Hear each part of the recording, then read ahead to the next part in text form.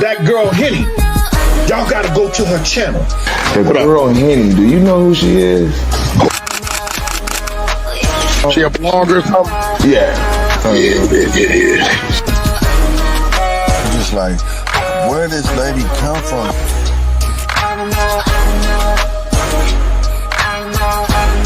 Right on your ass. She on your life, G. Shout out to Henny over there.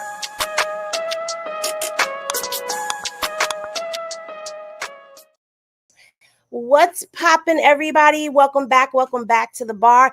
It's your girl Henny, and I'm about to pour up plenty of the hot Henny that y'all love to sip on. So please, if you are new here, be sure to like, comment, and of course, subscribe. Click that notification bell, select all so that you get notified whenever I do a video. And if you are a returning Mob Down Henny gang member, yeah.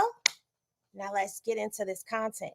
So yesterday, I read the paperwork of Dionne, Cuffy, Gatling. And I know that was a long read, but in that long read, I broke down the play that Meech and Tammy Cowin put into works with one another.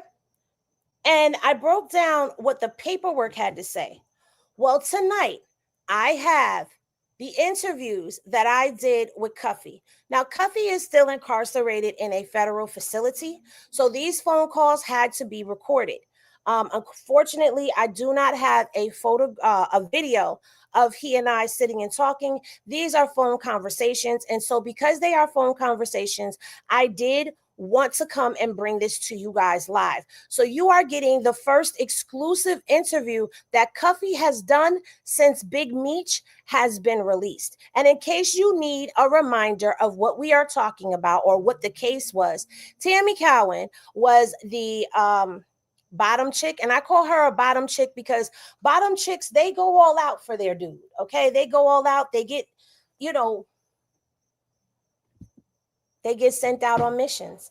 And so Tammy was sent out on a mission, and that was to get Cuffy. And it wasn't even to get Cuffy. It was to get a gentleman by the name of Fidel Suarez. Okay. And Fidel was the target. However, Cuffy was placed on that. And I don't know. You can't tell me that Meech did not know that by hooking Fidel up with Cuffy, that he wasn't going to get jammed up too. That way, if he put these two people together, either way it went, somebody was going to go down. But without further ado, I'm not going to hold y'all too much longer because I do want y'all to get this content. It took us 3 days, okay? So I'm going to play this video for you up to the end of the second video. Then what I'm going to do is I'm going to release a video probably sometime, what's today? Today is Tuesday.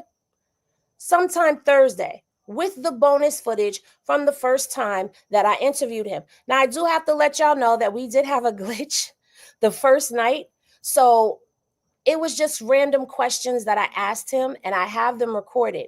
But they back up a lot of the things that I said I discovered in the court documents. So y'all are going to want to run both of these videos up when I drop them, baby. All right. So without further ado, let's get into my interview with Cuffy. Share it up, everybody. Hey, everybody. So I have with me tonight a very special guest. Now, his name is Dion Gatling, but he goes by the name of Cuffy or Cuff. And I just did his paperwork. So this is the gentleman whose paperwork I was reading. He's with us tonight. Hey, Cuffy, how are you? Hey, what's up, mommy? How you? I'm wonderful. So what I want to do is I wanted to ask you to start your story from the beginning. Tell the people who you are. Who is Cuffy? Okay, like you said, my real name is Dionne Gatling. I go by Cuff or Cuffy from St. Louis, Missouri. I was raised in the downtown housing projects, Peabody, Dawes, Webby, Brick City. I met Meech before I met T in early 91, 92. Okay. And we just hit it off. I met him through a mutual friend who was an older guy who brought Meech to the city. Uh-huh. And so we got to hanging out, and we had so much in common. We were the exact same age, and so we hit it off immediately. Okay, so you would say from that period up until 2005, you guys were in close contact with each other, correct? Correct. And how we long? Moved to Atlanta together, and we bought homes and moved our families in the early 90s and to Atlanta. We did that together. And also with T did the same thing. So that's how far back we go. Okay. So in the paperwork, I read that it referred. I want to pause it right there because I just want to explain who T is in case people don't know, because I know some people are brand new to this information. So I want to make sure everybody is clear on who everybody is. T would be Meech's brother, Southwest T, or Terry. Okay, and he's describing how he met Meech first through a mutual friend, and then he became acquainted with his brother Terry. So he knew both of them. To you as someone who was connected to the St. Louis branch of BMF. Is that correct? Well, I mean, law enforcement say those things. Right. But, I've never considered myself BMF. Okay. I was really against him with this whole BMF thing, period, because it just wasn't my style. So he is not affiliated with the St. Louis BMF branch, as it said in the paperwork. He didn't even agree with BMF, as y'all hear. I was there from day one, but law enforcement has me as a founder of BMF. And no, I was just there. I didn't subscribe to none of the nonsense that he was on. Billboards on the highway and all this foolishness. But, we worked at money for a very long time. A lot of things he did that I didn't subscribe to. So, that's what it is. So now 2005 rolls around and indictments roll out and everyone gets picked up. You weren't involved in that, correct? Let me take you back, correct. Okay. Let me take you back. In 1995, I was indicted and did a 10-year sentence. This call is from a federal prison. Okay. I was indicted in 1995. I was given 10 years in the feds. I came home in 2003. Gotcha. At that point, I reunited with Meech and the rest of the family, which was a smooth transition because my little brother who passed was also on. He was indicted with the BMF members. You would see Magic or Juan or Wani. Okay. So like I said, we were, this was a close family. I ate at this guy's mom's house and slept on his mom's couch, and he did the same. So when you hear people talk about the dude know this dude, it's almost laughable. You feel me? So now when he gets picked up, are you guys still in communication with one another? Does he reach out to you? Every day. As a matter of fact, when T got picked up, he was in St. Louis. Wow. So during that time, every day. From that time to 2009, well, let's go back. When did you get picked up for what you're incarcerated for now? In 2014. So from 2005 to 2014, you were still in communication with him? Yes. He would call at least once a week until the sting. Once Meech and Tammy ran the sting on me, I didn't hear from them again. And keep in mind, once they ran the sting on me, the government didn't feel like they had enough, so they left me out on the street a whole entire year. So my number didn't change. He'd been calling once or twice a month. And so when I reached out to him, no response. But let me fast forward you to the Franks hearing. What I found out is after you sting an individual, when the government and government informants sting an individual, they are told that they have to cease all contact. So since Meech gave me a call and told me holler at Tammy, he got some good people for me to meet, which turned out to be the feds. I have not heard from the Beaches Flannery since Wow. So Tammy enters in and Meech steps out. Excuse me, say it again? I said, so Tammy enters in and Meech steps out. Just to clarify for people who are listening, that's how that went. Like, he introduced you to her, and then what, he just ceased communication altogether, or did he trickle back? How did your communication No, he ceased communication altogether. Let me take you back a little further. Me and Henny been working on the movie deal for the BMF film since 2009. Mm-hmm. And that's all in the documents too. If you see the emails in there between her and myself, it's part of the record. Mm-hmm. Wow. So me and her have been working. He put me with Tammy because she has his life rights. So we've been working together since 2009. And in 2009 is when she turned informant. So the whole time that you were working with her, now your movie dealings with her, those were legit and on the up and up, correct? Those were legit on the up and up with Lionsgate Film. Mm-hmm. My business partner was Louis Betrayal, who was MC Hammer's big brother. So he's an Oakland nigga, really, really good dude. And if you see his name all through the documents, that's because we all took the beating for a couple of years with Tammy and Lionsgate Films and a couple other movie houses. Now, did you have anything to do with Stars, or were you completely out of the picture and already incarcerated at the time when the Stars deal went through? I have nothing to do with the Stars whatsoever. So my job was to produce a movie script, and I hired a couple of writers. And so that's the reason why you didn't see a motion picture. Mm-hmm. So no, I had nothing to do with the Stars deal at all. I was already locked up, and they had other plans for me. Wow, when you say it like that, it's just like it really drives home. You know, when you say you have to understand. You have to understand what this has done to our families. Like I said, tell us about it. I knew his mom, his dad, and he knew my mother and my family. Like I said, this was just really, really bad. But let me take you back to day one, and this is how much loyalty I had. When they came to my house and got me about 6:30 in the morning, and they were taking me to arraign me, the 3 DEA agents, they were laughing, and we were on the elevator, and we're going up to get arraigned. Mm-hmm. They said something that on day one. On day one, they said, "Damn, Cuff, that's fucked up. Your boy Big Meech did this to you." And the second thing they said was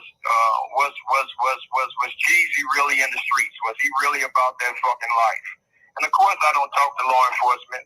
Right. And so I'm used to the good cop, bad cop shit. Right. So it went in one ear and out the other. Mm-hmm. But they told me that he was bad on the first day. Wow. So I didn't start speaking out about this brother until we had testimony, until we got the paperwork. Mm-hmm. Until we got the black and white. So I didn't start speaking out until 2018. Okay. Yeah, because I see that. But they told me day one who got me. Wow. And when they told you that, like you said, it went in one ear and out the other. Yeah, because for one, I don't talk to law enforcement. Mm-hmm. For two, I'm hip to the bad cop, good cop shit.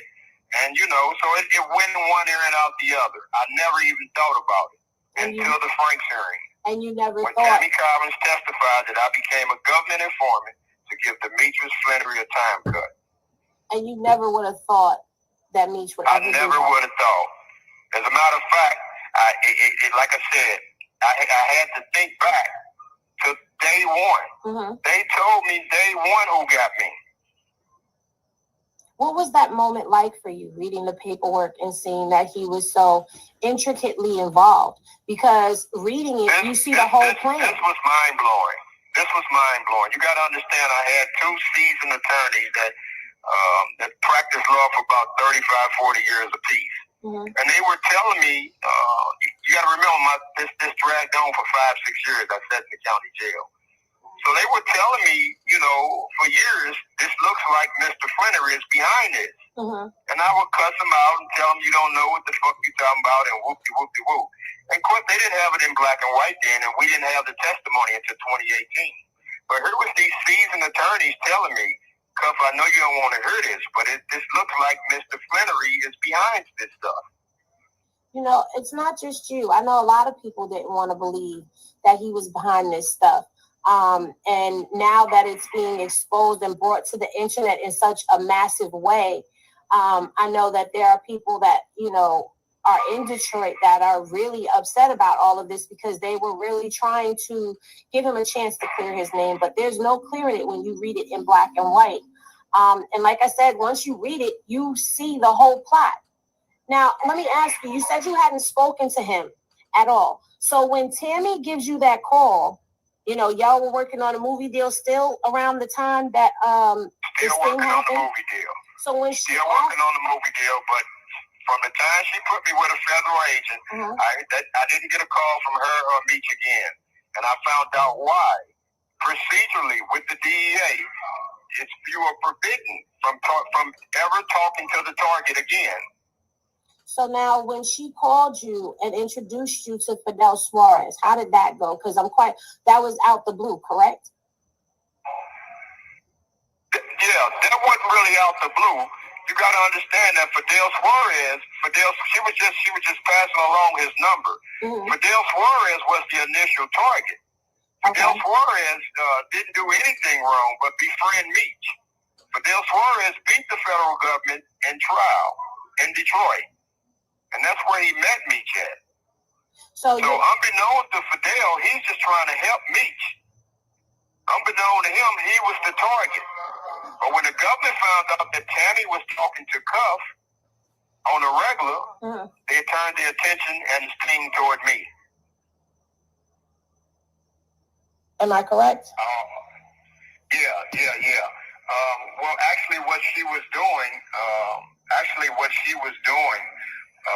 she was trying to just pull information out of me. Now, I never talked to her about no shipment, so it had to come from Meech. So I was really thrown off. You feel me? Right.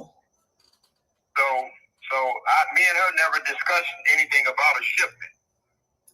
So, you know, but she's, of course, when she speaks, she's speaking for bruh. Sorry to interrupt, but Philly L, go watch my last video about Tammy Cowin and listen to the paperwork because there is evidence. And tomorrow I will be reading something for y'all that is going to go ahead and blow your minds back.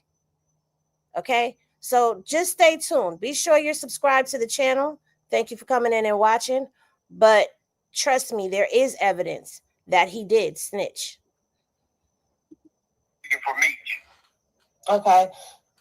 So if you see the back and forth in the paperwork, that was me and her going back and forth. And hold up, and it's not snitched. He set him up. He set him up. That's what it is. He set him up. Like, whoa, I'm taken aback that she's talking about something supposed to be shipped to me. Wow. So wait, okay, pause for 1 second. I just got to rewind. You knew nothing about a shipment coming in. You didn't indicate you needed a shipment to anyone or any of that. This was just something that she said to you over the phone that you were getting a shipment. No, I knew something was going on. I had no involvement with her. Gotcha. So her being the new piece. Any drugs with her or any deal with her. So I was taken aback when she told me and Meech's business. Wow. Okay, so he was laying everything out. How does Tammy know the business? Exactly. That's the $60 million question. How does this square that works at an insurance company somewhere that's not from the street, in the streets, we've never discussed anything about no drugs, no shipping or anything. She pops out with the people on the phone talking about a truckload of cocaine coming my way. Wow. So that definitely, it lets you know right there, once you get the whole pieces of the puzzle, that definitely lets you know that this was something that he did have his hands in and putting this play into motion. But you have said that you weren't originally the target. Of course I was not. You got to remember that I learned all this in 2018 at the Franks hearing. Franks is just an evidentiary hearing. And what makes a Franks hearing so important, Henny, is because in the feds, you don't get evidentiary hearings. The government don't lay out their hand until trial. They don't show their hand until trial. But once you have shown outrageous government misconduct, the case is called U.S. versus Franks. So that's a Franks hearing. So when she got caught screwing an agent, everything stopped and the government started being investigated, if that makes sense. It does make perfect sense because the OPR and the OIG. This call was from a federal prison. Until 2018. Although, like I spoke to you earlier, on the first day they took me out of my house, the first thing that the agent said to me going up on the elevator to be arraigned, that's fucked up, Cuff, how your boy Meech did you. Right. And so take us to, all right, so the arrest happens. They tell you this because you brought us to the elevator now. So now, all this time, now you're incarcerated. Is there anything coming to you, any contact? There's no contact still, correct? No contact. I haven't been contacted by Big Meech, the nigga I've known for 30 plus years, since 2013, man. Now, how did it come to how did you find out about Tammy and the agent? About Tammy and the agent sleeping together? How did you find that information out? It was presented to us in court. Wow. See, once it's called Jinx or Brady material. The government has to turn over everything in the case, even if it's harmful or helpful to their case. And so they had to turn it over. The Justice Department found the phones on Tammy. They found the naked pictures on Tammy's phone of her and Special Agent T. Cromer. Whoa. She thought that she had erased them. So let me take you back. When you set a person up, you turn over all your electronics so the government can sweep the phone and make sure there's no surprises in trial. Does that make sense? That makes perfect sense. Okay, so I learned all these things, how much she get paid, how they pay informants, that you can't even, it's against the law to be with an informant, let alone have a sexual relationship with an informant, because you jeopardize the integrity of the case. Correct. I understand that. So when she turned over her devices, all her devices that we talked, text, or emailed on, they discovered the naked pictures of her and Keith Cromer in the bed naked. Wow. And so now this is what initiated the Franks hearing. There you go. So without the Franks hearing, Henny, I would have never have known Meech's role, and this red nigga would have been going on being celebrated as a hero. What was going through your mind in that moment as you're hearing Tammy testify? This blew my mind. You understand? And not only Tammy testifying, Special Agent Keith Cromer testified that Demetrius Flannery was aware of the deal. Flannery had only one issue, is that he didn't want his name in any document, any court documents. Special Agent Keith Cromer said he communicated to Flannery that the only way he can assure that is that Cuff don't go to trial. So yes, this is mind-blowing. Wow. And there's a part in there that I read where it says that Tammy reached out to your lawyer to try to retract what was on the wiretaps to get his name out of the case. Is that correct? Yeah, that's correct. She not only reached out to my attorney to ask him, which was very foolish, to ask him not to print anything about the Meech and Flannery. She reached out to the federal government, and the federal government explained to her, "Are you crazy? We can't do anything like that. What are you saying? This doesn't make any sense." And then she said she was getting threatened by Meech's camp and by my camp, and which was a lie on my behalf, because I didn't know nobody that knew her. Right. So it was brilliant what she had done, and that's the reason why it's taken so long for all this stuff to come out. First of all, she had the courtroom closed under the assumption that I had snipers in a federal courtroom. What? And they went for this stuff. Wow. Henny, they went for this stuff. So if you pull my docket, go on Pacer, and you'll see where they closed. This call is from a federal prison. So the docket will show you where they closed the courtroom for her. And this was brilliant on Big Meech's behalf. This was brilliant. Because the news was at the St. Louis Post-Dispatch, all the news channels, standing room only at all of my hearings, because no one has ever seen nothing like this. My case is a movie in itself. Right. So when they closed the courtroom, of course the media sued, but lost, saying that I was dangerous and all this foolishness and nonsense. But this is what she testified about Meech's role, and so that was brilliant because we'd have been got this out to the public. Right, and it would have been on a mass media level.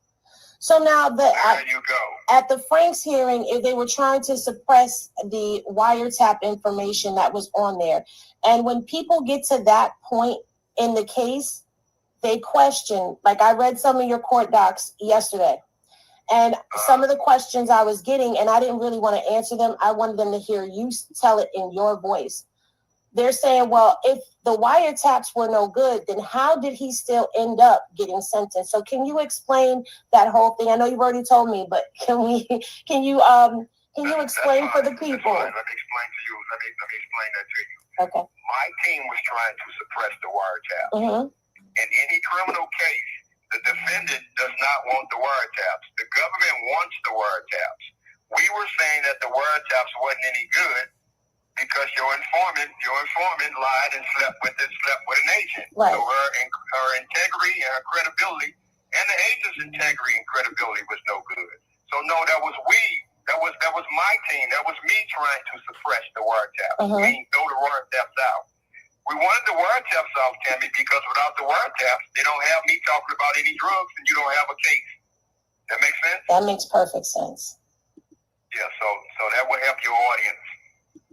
Absolutely, because you would think that being that evidence was corrupted, regardless. I mean, as a person who's looking at it from the outside, who's not a lawyer, a judge, a jury member, even looking at it from the outside, we say, well, he shouldn't even be in there because those wiretaps are inadmissible, and whatever you caught on the wiretaps should be thrown out as well.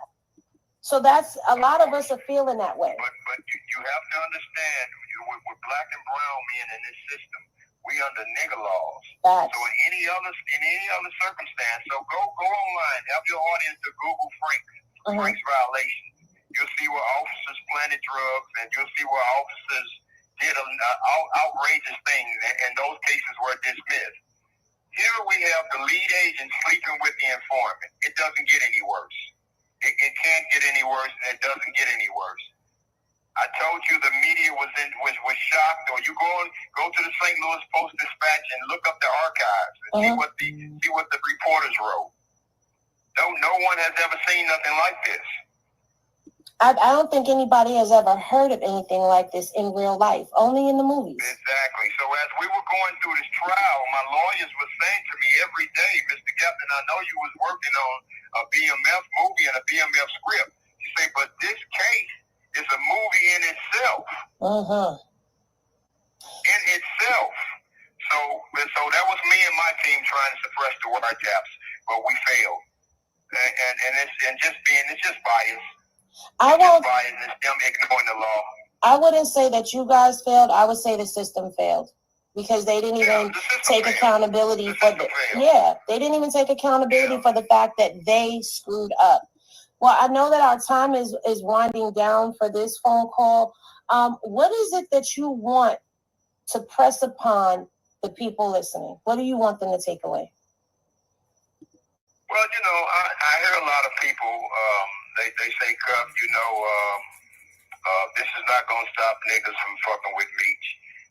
And I laugh all the time because that's not my agenda. I don't care who fucks with Meech.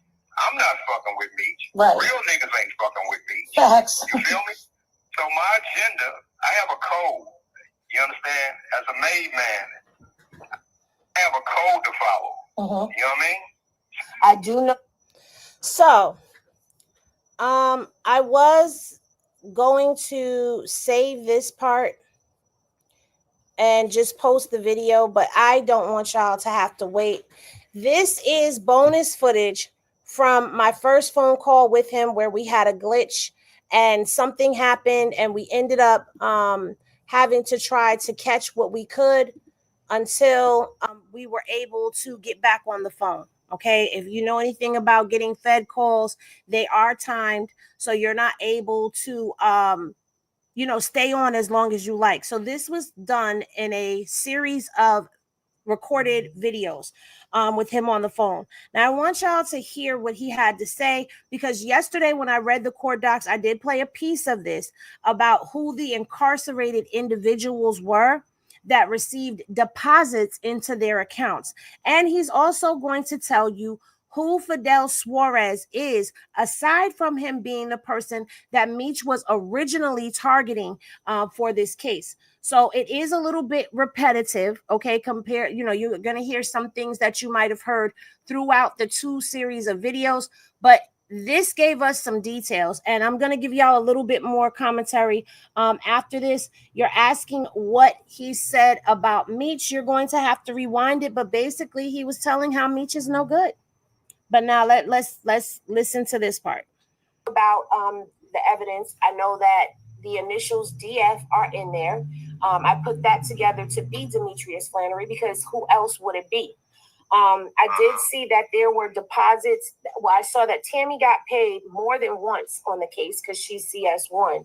And then I saw sometime in October that there were deposits, multiple deposits is what it says, to incarcerated individuals with an S, accounts with an S. So I was wondering who that was. Was that Meech that they were paying off? And if so, who was the other person? Because S means more than one. Yeah. She testified that she would put money on both of their accounts, Terry White and Demetrius Flannery's account. But it wasn't no type of payoff because the payments were really small. Meech had one payoff the only payoff that he was interested in was a time cut. Wow. But he did receive funds off of it. He did receive funds. And I'm talking about some very small, the numbers were very small. A couple $1,000 here, a couple $1,000 there. But his agenda was a time cut. The crazy thing is, you're saying he got a couple $1,000, but he ended up not even getting that down. Federal prison. He ended up not even getting the downward departure. Of course he did not, because you can. What I learned is that a federal agent can't even be alone with a government informant by himself, by him or herself. Can't even be one agent can't even talk to an informant by themselves, and let alone a sexual relationship. So it killed his deal. But still, the government was very foul because they allowed this case to move forward when this whole case should have went in the trash. Right. And so I did understand how him having the wiretaps on you caught you up into the case that has you sitting now. I also read that there were threats against CS1. I'm not asking you to tell me who the threats, if you made or any of that, but are you aware of those? Let me get you up to speed with the threats. Mm-hmm. What happened with the threats was she started getting threats from Meech's camp. When this whole thing started going sideways, Meech and his camp, they started panicking, and so her testimony was coming up, and they were telling her that you better not say bloody name. Right. Don't say Demetrius Flannery's name. And so she was just all over the place. She said I was going to have hitmen in the courtroom, but the real reason for them closing the courtroom is her testimony involving Demetrius Flannery, Big Meech. That was the real purpose for closing the courtroom, because it was standing room only every day, every court hearing, including the St. Louis Post-Dispatch and the media, Channel 4, Channel 5. That's how big of a deal this was. Wow. Yeah. And so I also was reading about Frank Suarez. Fidel Suarez. So he's the other agent that was on your case? No. Fidel's a Mexican cartel member that met Meech in the county jail when they got indicted. Did y'all hear that? Fidel was a Mexican cartel member.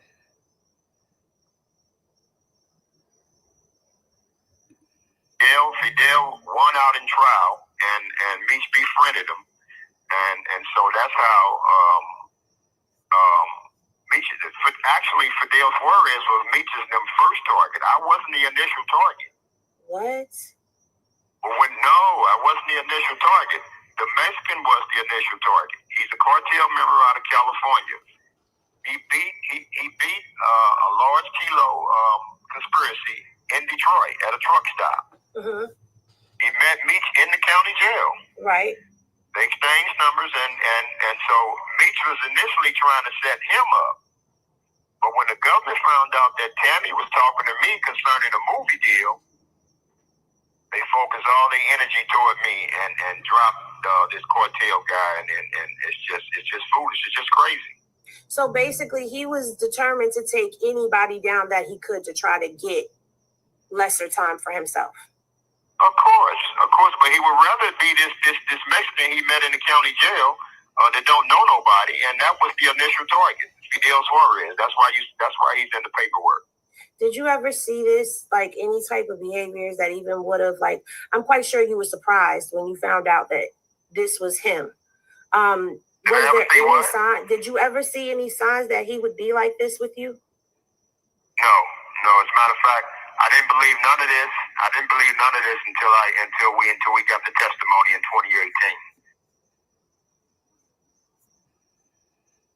2018. That's the end of that. That's the end of the interview, guys. It was a lot. Now, I know that Cuffy has done other interviews on other platforms, and in those interviews, he mentioned how he put Meech's first million in his hands. Okay? He did that. Nobody else did. You know, you heard how he talked about how they slept on one another's couches and they ate at each other's mother's houses and their families were intertwined. So my question to all of you out there that are watching this via live or either on the replay is, what kind of a person does this to somebody who was supposed to be their friend? If you missed the play, the way he said it was set up, Meech, once Tammy came into play, Meech backed out of it because he couldn't have contact with Cuffy any longer. Because now Cuffy was involved in an investigation. With friends like that, who the hell needs enemies? But y'all let me know if y'all are on the replay gang. Let me know what y'all think down in the comment section below. Y'all who are in here watching it live, if y'all have, I'm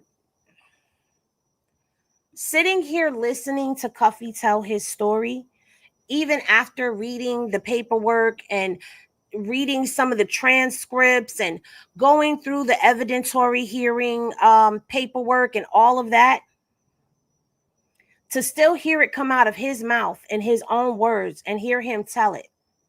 Because there was 4 phone calls between us, but I was only able to catch 2.5 because the first initial phone call was for me to talk to him, for him to get a feel of me, for him to understand what he was coming to have a conversation about and what it is that I wanted from him. And what I wanted was his story from beginning all the way to the end. I did not want just the meat and potatoes because I wanted people to understand that this is a man with a family who never saw this coming from somebody who he was friends with and did business with.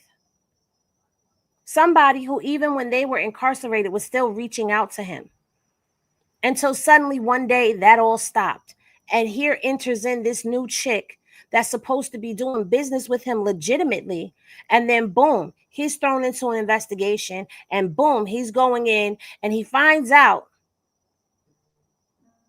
that when he got arrested, the arresting officers that told him that Meech was behind it, the lawyers that he was cussing out that were defending him, and they were telling him, look, we think Meech is on this. Flannery has got Flannery all over it.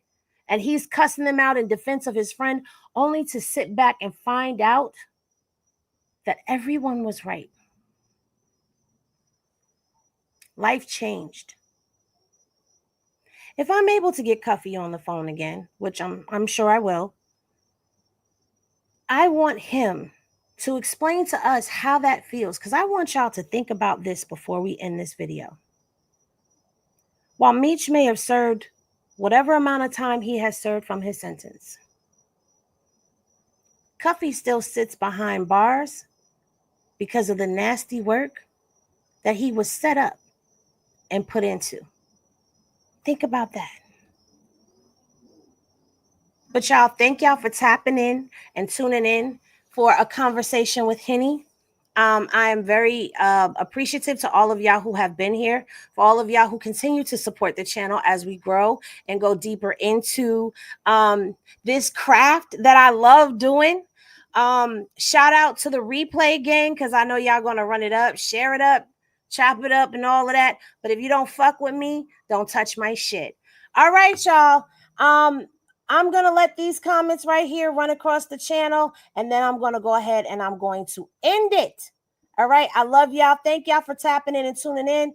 When y'all rest well. And remember that love is always love. And I'll see y'all in the next video, guys. Peace, y'all.